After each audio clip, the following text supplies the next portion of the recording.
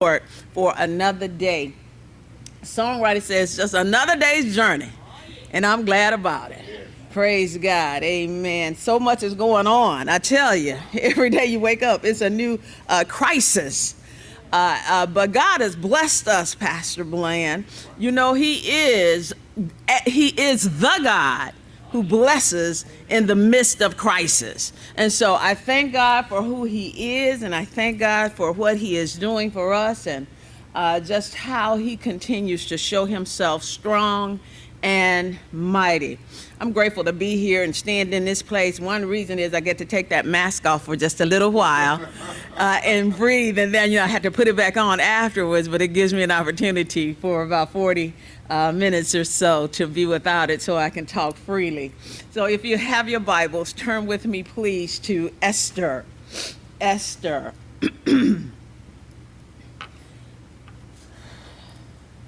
Esther, the third chapter, as a matter of fact.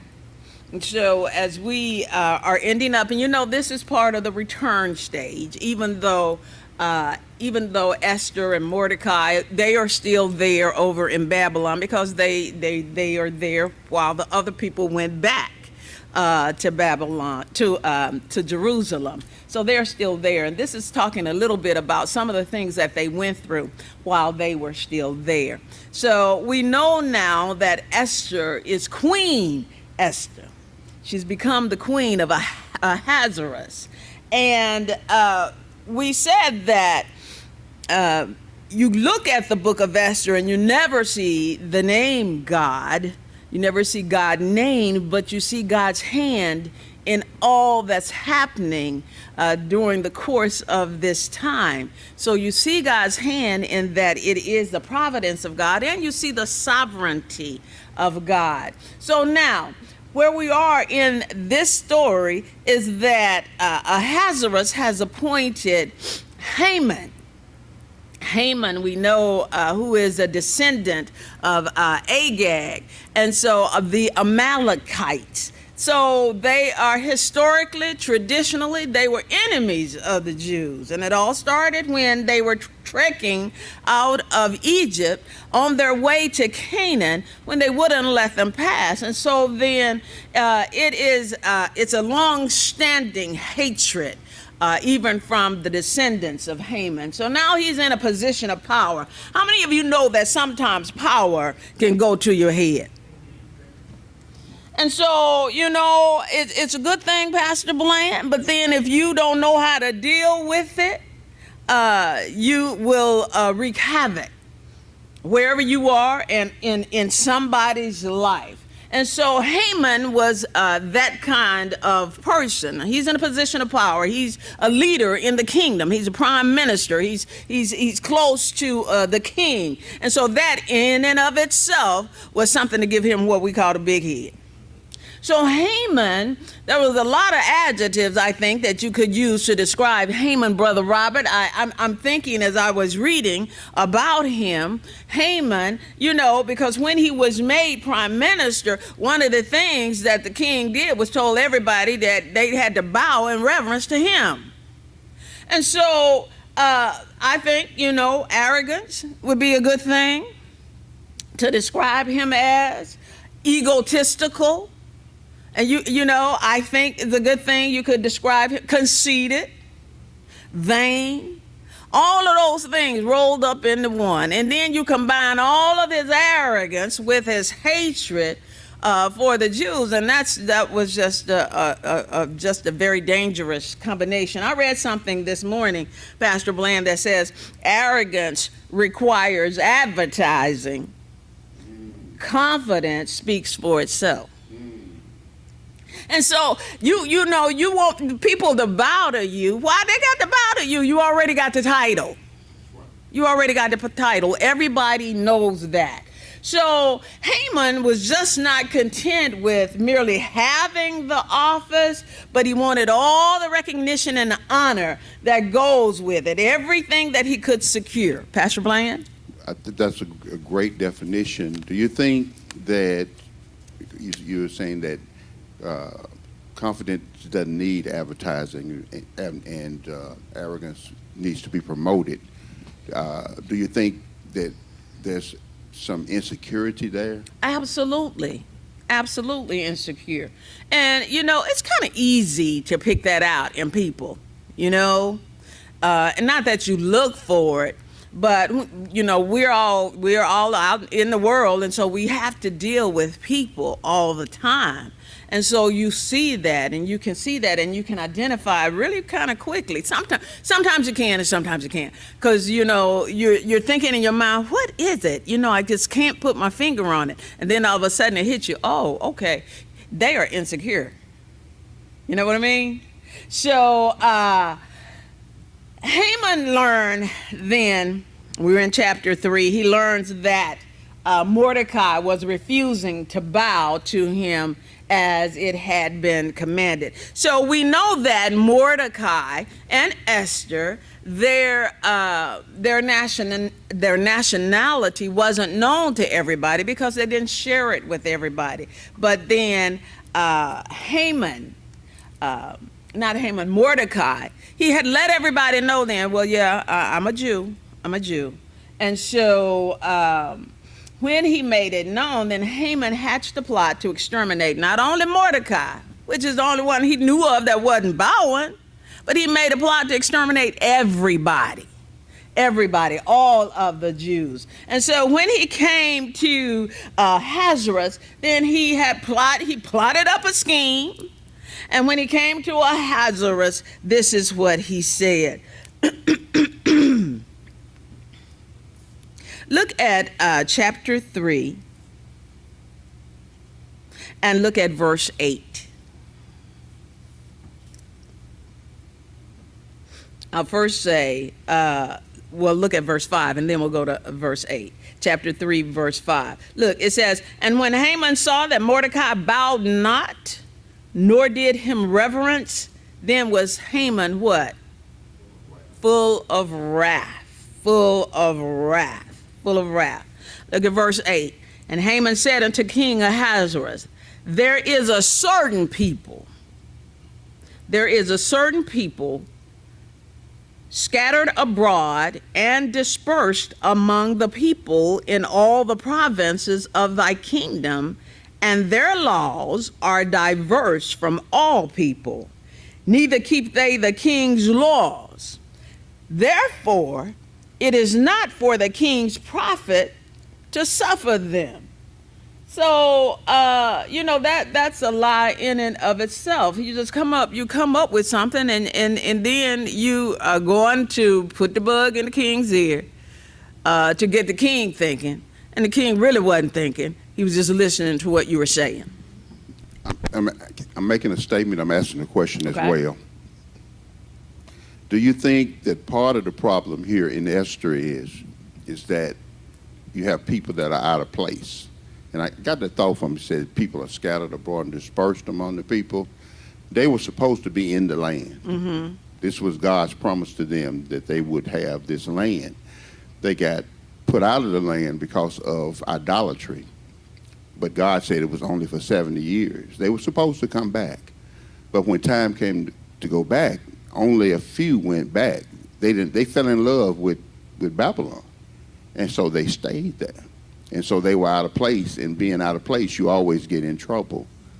But God yet took care of them. Absolutely. Because he had a purpose in their life. Absolutely. The Messiah was to come through them. Absolutely. That's a very good point, and a point well taken.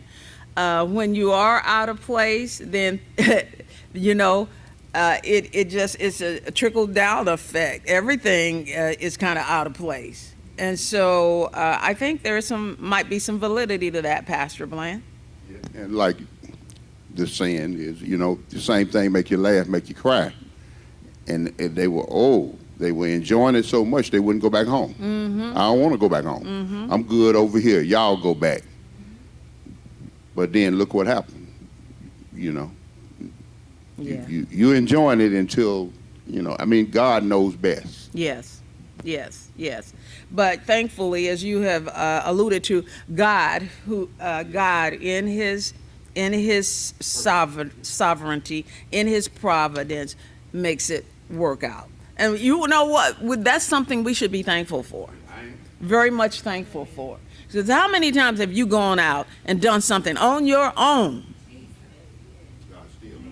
and God had to come in and fix it? I thank God. I thank God. And I thank God that he doesn't hold that against you.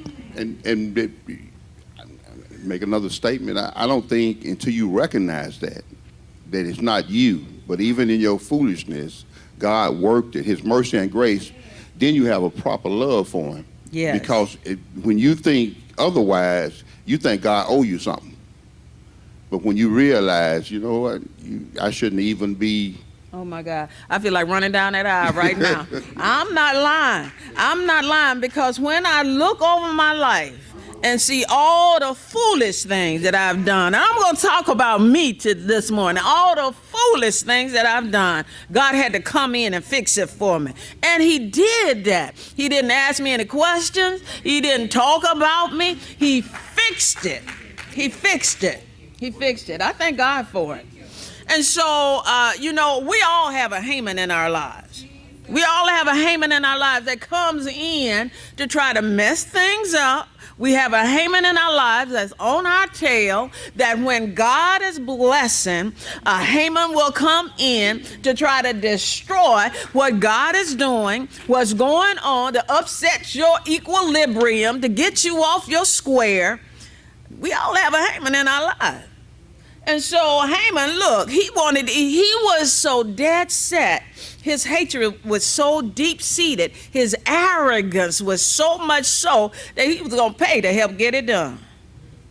Look, in verse 9, if it please the king, let it be written that they may be destroyed, and I will pay 10,000 talents of silver to the hands of those that have the charge of the business to bring it into the king's treasuries. Well, as it over $20 million, over $20 million, Haman had that and was willing to do that. You know, the devil will go to any length to try to throw you off, to kill, steal, and destroy any length that he can. We don't need to take that lightly either. We don't need to take that lightly. You know, sometimes we think we can tangle with the devil. And sometimes we think, I'm going to get it this time. I'm going to get it this time. But unfortunately, that's not the way it works. And so the king, he's the king. He got people, talking for him and thinking for him. He didn't even think about it. He just agreed to it. He didn't give it another thought. He just agreed to what Haman had come up with. Look at verse 10. And the king took his ring from his hand and gave it unto Haman, the son of Hammedatha, the Agagite, the Jews' enemy. And the king said unto Haman, the silver is given to thee, the people also, to do with them as it seemeth good to thee. And so it's just a hard thing. Now Haman, he had time. Several weeks later, he had prepared the plot to kill all of the Jews. He feeling himself now. He prepared the plot to kill all the Jews. He issued that all out into the provinces, because as we read earlier, there were Jews scattered abroad into all of the provinces. And so they sent out and made an announcement. He came up with a specific day that this was going to happen. Now, a lot of times we said, Lord, if I knew what was going to happen, I don't know what I would do, or I know what I would do. Well, now he issued in this proclamation, it had on what day they were going to be exterminated. Don't you know that sent them shaking in their shoes? It absolutely did. And so you riding through. I can't eat. I can't think. I don't want to do nothing. All I got on my mind is that you coming to kill me. You coming to kill me. And so now remember, Esther she's secluded from everything that's going on around. She doesn't know what's happening.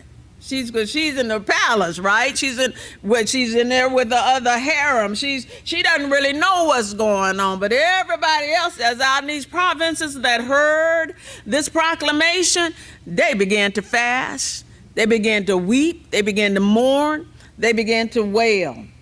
And so it was just a horrible thing. Look at chapter 3, verse 13. And the letters were sent by post into all the king's provinces to destroy, to kill, and to cause to perish all Jews. No one was excluded, both young and old, little children and women, in one day, even upon the 13th day of the 12th month, which is the month Adar, and to take the spoil of them for prey. The copy of the writing for a commandment to be given in every province was published unto all people, that they should be ready against that day. The post went out, being hastened by the king's commandment, and the decree was given in Shushan the palace, and the king and Haman. This is how evil he was. You issue out a decree to exterminate everybody, and then you sit down to drink. But the city of Shushan was perplexed. And so when Mordecai realizes, he hears the decree, and he see what Haman has done, all that's left for him is to rend his clothes and sit down in sackcloth and ashes. And he went out into the midst of the city and cried with a loud cry, a loud and bitter cry, and came even before the king's gate, for none might enter into the king's gate clothed with sackcloth. So his appearance and his action, I'm talking about Mordecai now. When you're talking about sackcloth and ashes, you're talking about somebody that's showing great grief. Lord have mercy. If you knew that your day of extermination, your day of demise was coming, great grief would be upon you. As I said earlier, I wouldn't be able to think about anything else. I wouldn't be able to do anything else. I don't believe I would. He was neither afraid, though, nor ashamed, because he went there up to the king's gate, not in, but up to the king's gate. And so he let everybody know, if you dress in sackcloth and ashes, then everybody know where you stand now. You remember now, he was holding that, he was holding his nationality in, but now everybody know. Mordecai, look, I got to let everybody know this is a serious matter. This is a serious matter. And so he had already told the officers at the gate that he was a Jew. Now he was telling the whole city that he was that he was not only a Jew, but also that he opposed what was going on.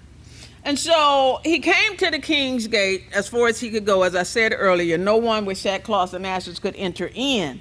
And so Esther got the news, Mordecai is down there at the gate. He dressed in sackcloth and ashes. Now remember, she doesn't really know what's going on. So what she does is, the first thing that she thinks of is, what she sends him some clothes.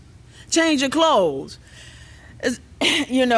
Change your clothes, because we don't want you getting, I don't want you getting into trouble with the king. Look at chapter 4.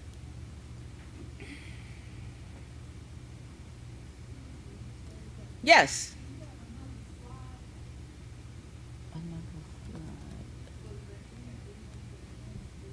I do not. I don't know what happened.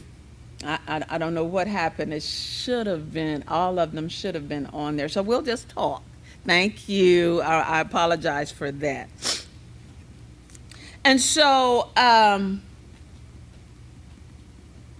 she wasn't told a reason for his conduct. So again, she sent him some clothes to prevent bringing attention to him. In chapter 4, verse 2. No, in chapter 4, verse 4.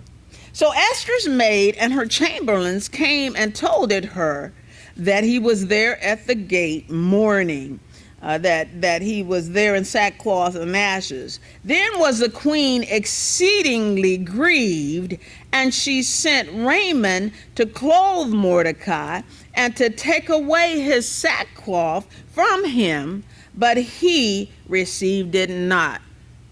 He didn't take it. Then call Esther for Haman.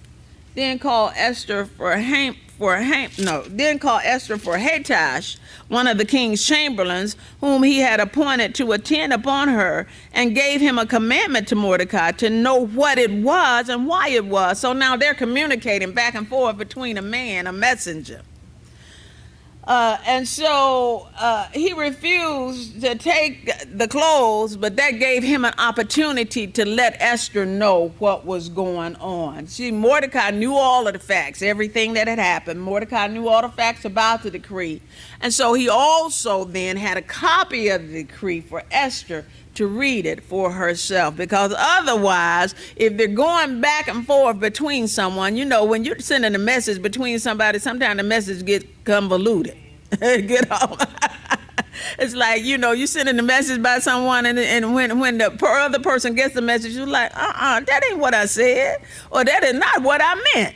And so he had a copy of the decree to give to Esther so that she could read it for herself. Look at verse 8. Also, he gave Hathach the copy of the writing of the decree that was given at Shushan to destroy them, to show it unto Esther, and to declare it unto her, and to charge her that she should go in unto the king to make supplication unto him, and to make request before him for her people.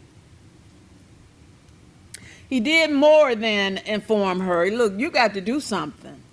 He urged her through the messenger to reveal her true nationality. Because remember now, up until this time, the king doesn't know that she's a Jew. You got to go into the royal throne and intercede for your people. And so Esther reminds Mordecai, look, Mordecai already knew this, but she reminded him that even though I'm the queen, I can't go rushing into the king. You're asking me for something that's going to take my life. Could rush into the throne room and ask for an immediate audience with the king.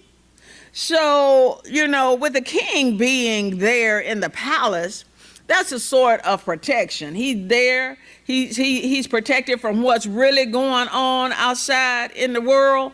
And so not only was the king of Persia sheltered from seeing sorrow and hearing bad news, but he was also protected from interruptions like Esther rushing in to talk to him about the plight of her people.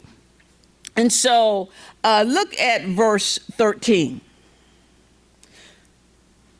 Verse 13 says, Then Mordecai commanded to answer Esther, Look, think not with thyself that thou shalt escape in the king's house more than all the Jews. Look, Esther, you're a Jew just like us. You're a Jew just like us. And if there's been a decree that's been sent out to kill all the Jews, then don't think just because you're in the palace that you're going to be exempt. He says in verse 14, For if thou altogether holdeth thy peace at this time, then shall their enlargement and deliverance arise to the Jews from another place. And look, this is especially special at this point because you don't see God's name here, but Mordecai is saying, in essence, you might not go. If you don't go, someone else could rise up to deliver us. Someone else could rise up to deliver, but you're in this place. He says, you're in this place, and thy father's house shall be destroyed. And who knows whether thou art come to the kingdom for such a time as this? Who knows? Her silence wouldn't prevent deliverance from coming from some other source. And so this is a reference to the providence of God. Somebody else can deliver us. Yes, that's true. Somebody else can. But you're there. And then Mordecai also reminded her that being in the palace is no accident. It's no accident, for she had come to the palace for such a time as this. Perfect timing, purpose timing. And so we talk about the providence of God. We talk about the providence of God. here are some basic truths that we want to go back and we want to reacquaint ourselves with. And we continue to talk about the providence of God because it is so evident in the book of Esther. Okay, one thing that we want to keep in mind is that when we talk about the providence of God, God has divine purposes to accomplish in this world. There are things that God has that God knows what they are. God has purposes that he wants to accomplish in this world, and that God accomplishes his purposes through people. God accomplishes his purpose through people. Another thing we want to reacquaint ourselves with is that God will accomplish his purposes even if his servants refuse to obey his will. Oh, we talking about us. We're talking about us. We just said that just a few minutes ago, that his purposes will be accomplished, whether you cooperate with him or not. His purpose, he already knows what it is. He has already designed it. Whether you go pushing or pulling, his purposes will be accomplished. Now, one thing, too, we got to get in mind about the providence of God and how it all works together, that God isn't in a hurry, but will fulfill his plans in due time. The word due there, of course, we know it means in the right time, in your time, in the perfect time. So, we might as well set ourselves.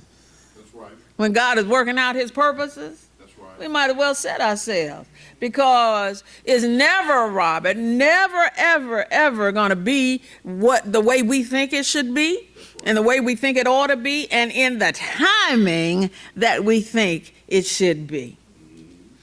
Lord have mercy. God's timing is our timing, and God's timing is just like that. It's we never see eye to eye when we're talking about God's timing.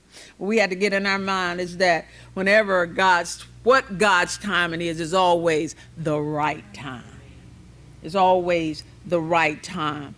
And so Mordecai is reminding her that the purposes of God will be accomplished, Esther, no matter what you decide to do. But since you are in the palace, you're there, then this is a prime opportunity for you to open up your mouth and for you to speak. And so since Jews throughout the empire were already fasting, weeping, and wailing, it wasn't difficult for Mordecai to unite the Jews in Shushan. Look, let's just pray. Let's pray. And so look at chapter 4 and verse 15. Then Esther bade them return Mordecai this answer: Go gather together all the Jews that are present in Shushan, and fast ye for me, and neither eat nor drink 3 days, night or day.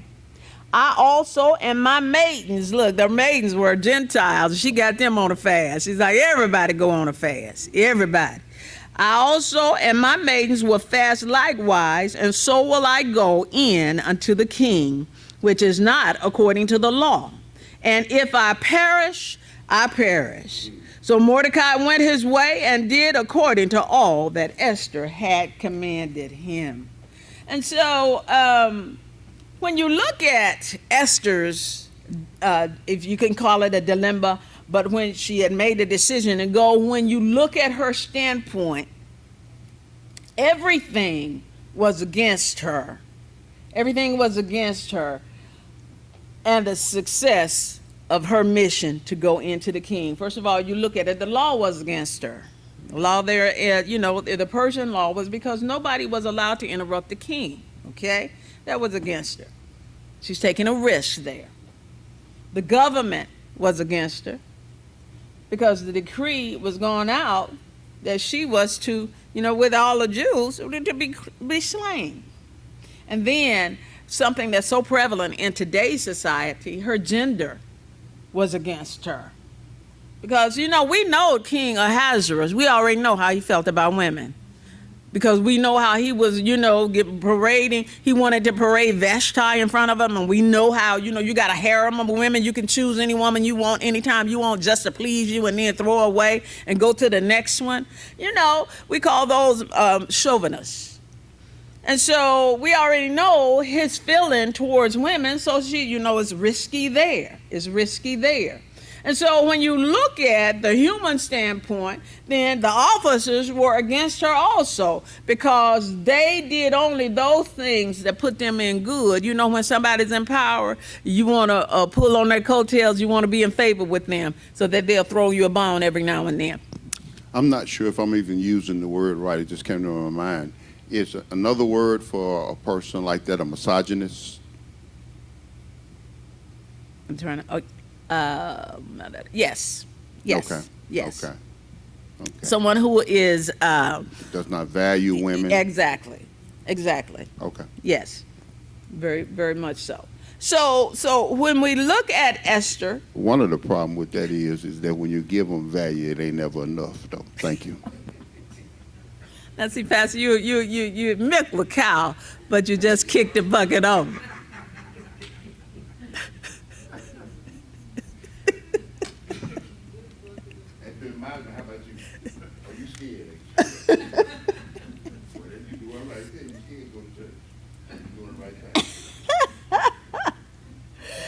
So we talk about Esther, and we talk about, Esther had every reason.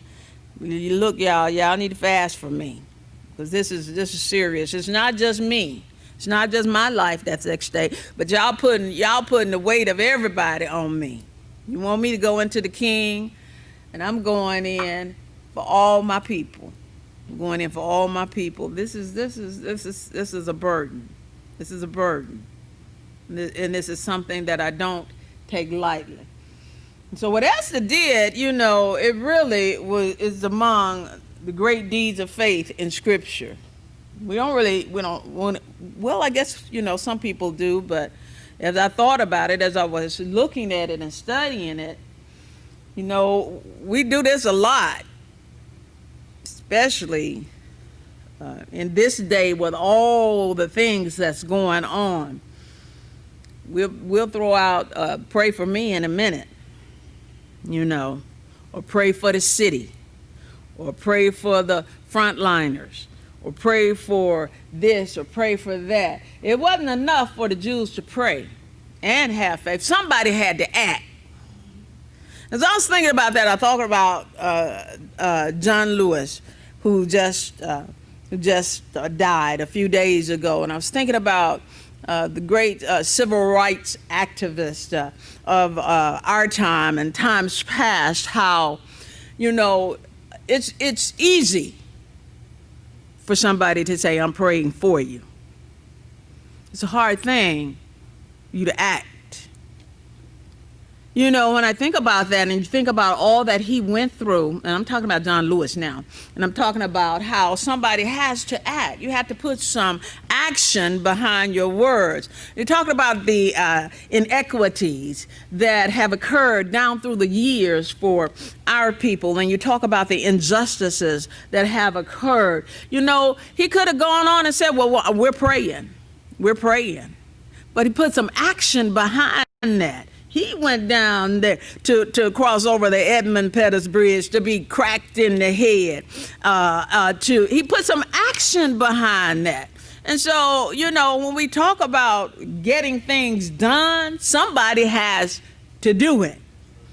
And so Esther was the one who was tasked or assigned. Her assignment at this time was to do it, was to go into the king. And so she prepared herself. And now, and I was talking about the things that was against Esther. Now, you remember, they had gone on a fast. And sometimes when you're fasting, Pastor Bland, you don't look your best after you come off a fast. We're going back and thinking about Greenleaf, thinking about Lady May, how Lady May was just so weak.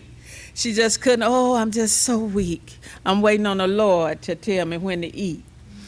you know, you're not looking your best. Your jaws and stuff are coming all in, and you're just not looking your best. And so that fast could have been against it, but look at God. Esther fixed herself up.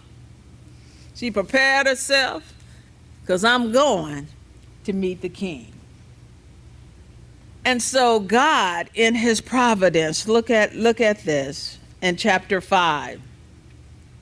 Now it came to pass, I'm in the first verse, on the third day that Esther put on her royal apparel and stood in the inner court of the king's house, over against the king's house.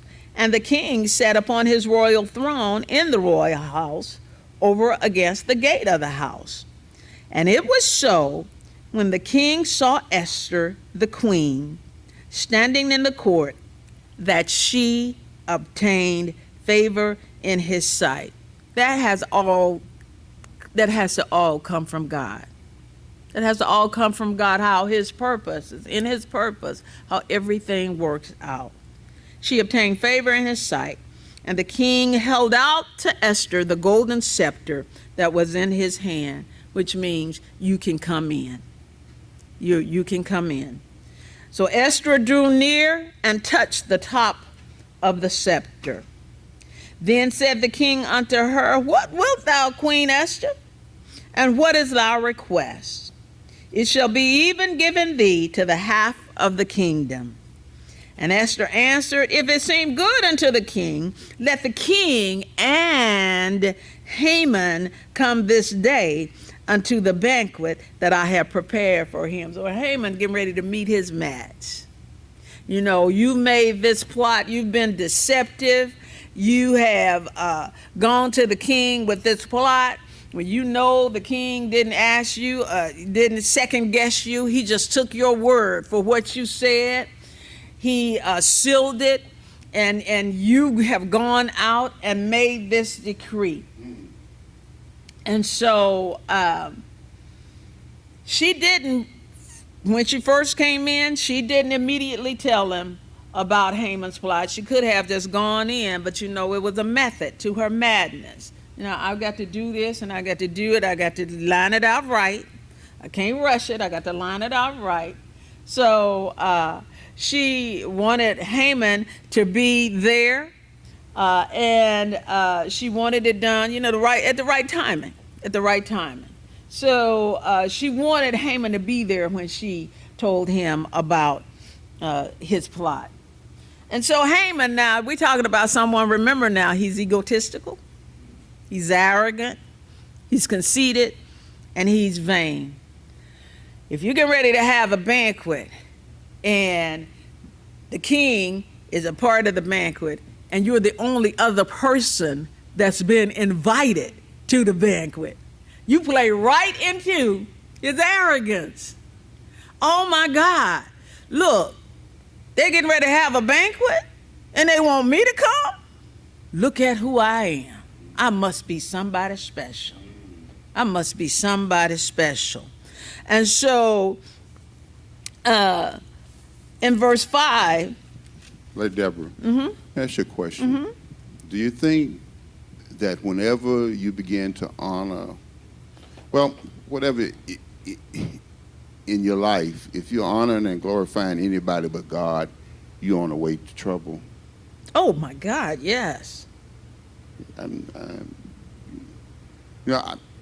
guess I'm a big fan of prevention over rehabilitation. If you prevent it, you don't have that problem. That's the reason I've never put a dime in those slot machines or whatever over there. And the reason is because I like what I like, and I just feel like if I start it, I like it. And if I don't start it, I don't have to quit it, you see. So, to me, that just was like a red flag, because I don't feel like there's any difference between me and anybody else. If somebody else likes recognition, if they like hyping up and I figure I do too. I want to say that's just them. That ain't none of me. But I mean, he ain't make me no different. He made them. No, no. I call it heady. It makes you heady. you know, if we're all just honest, absolutely. If somebody's calling your name, if somebody is giving you obeisance, if someone is, oh, you're just the greatest thing since sliced bread, or this or that, it's heady. It's heady. And then, it's easy to get beside yourself. It's easy to think, more highly of yourself than you ought. What they said, the bigger they are, the harder they fall? Absolutely. So that's Absolutely. a long fall. Absolutely. It absolutely is. And so she had not only one banquet, she prepared the banquet. She had the banquet prepared.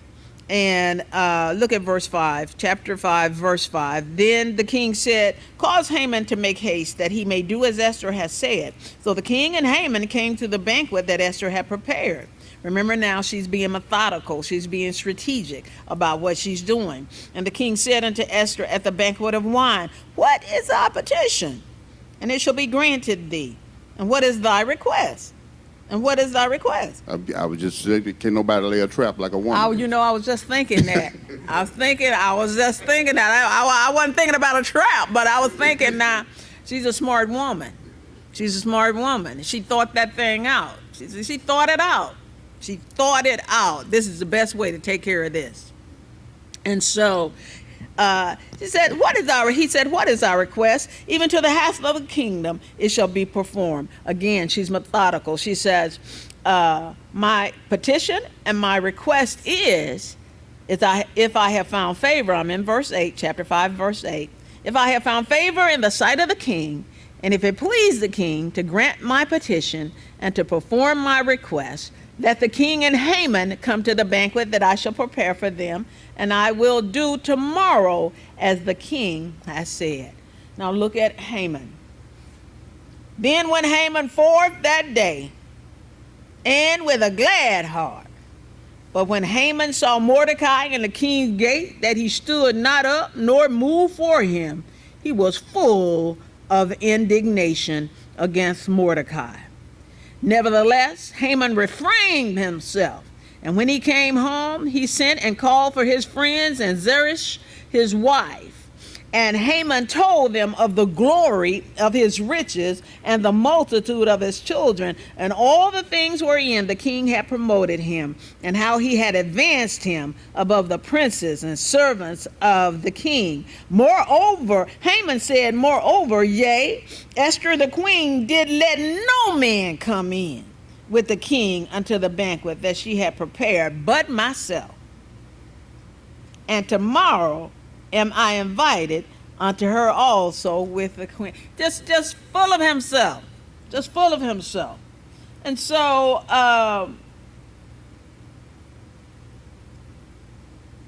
let me say this way in between your points. I'm just thinking that one of the benefits of living a spiritual life, it's a wonderful thing when you can be all right with people not doing what you want them to do.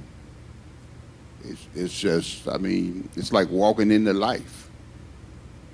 It's when you okay with people, and people can do some things easily. People in your house, and if you're not living a spiritual life, you get petty. yeah, You get short. yeah, Your little responses. so true. But it's a wonderful thing. You live in a spiritual life. It's like, it's not my business. Right, right. But you have to you were talking earlier about pray for me and make effort. But you have to make an effort to do that. You have to want to live a spiritual life. It's not going to just fall on you. It doesn't just happen. And if you want your way and you want to sow to the flesh, then as this Galatians 5th chapter, there's certain fruit that you're going to have. Yeah. But you have to believe that. Yeah, absolutely. Absolutely. Thank you, Pastor Bland. Well, I'm going to end with this point, is that, he was so busy, bragging about himself, lugging himself up, that he didn't even, he was strategic in what he did. See, he didn't even sit down to think about it, because his arrogance was he was blinded by his arrogance. And so she invited them, him, the king, and Haman to the second banquet. And that only, again, increased his confidence.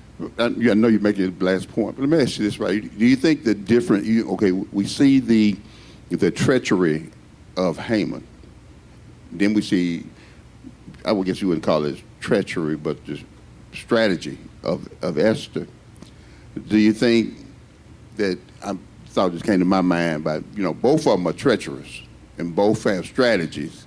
But it seemed like to me the difference between men and women is that women can do theirs behind closed doors, but a man wants to sit on the porch. He wants somebody, he wants you to know what he's doing to you. What y'all think? What do y'all think? Y'all think that's true? I won't let this be a dialogue between Pastor Bland and myself. What do y'all think about that? Are y'all too scared to say something?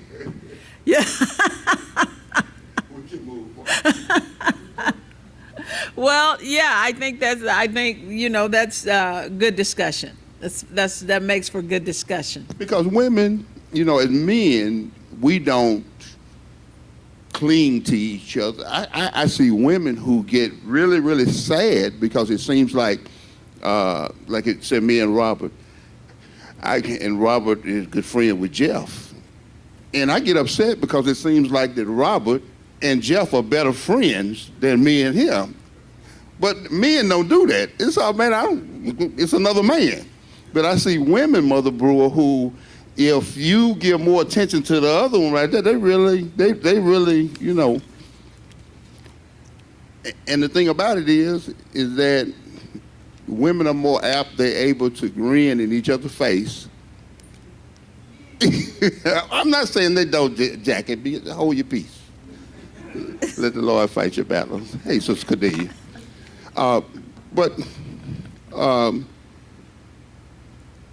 It's just amazing how close that they act like they are. Oh, girl, dude, that's beautiful you got on. Oh, but where you get it from? Go all into that and then leave. I wouldn't have wore that if I was her. It's just the more, I think that's why even when Satan came in the garden, that he came to the woman first. Because like they said, when you go to prison, say you jump on the biggest one, then you won't have no problem at the rest of them. He knew what the sharpest knife was. And the Bible said Adam wasn't deceived.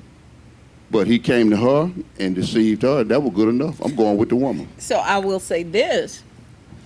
In my experience. Straighten me up. No, I'm not. I'm not going to straighten you up. I'm just going to say this in my experience, and this is actually substantiated by Esther in her strategy. Women like to be able to see. Here's the thing about a man. A man they talk, and sometimes they don't know when to talk. Okay. No, that's y'all. But a woman likes to be able to say, boom.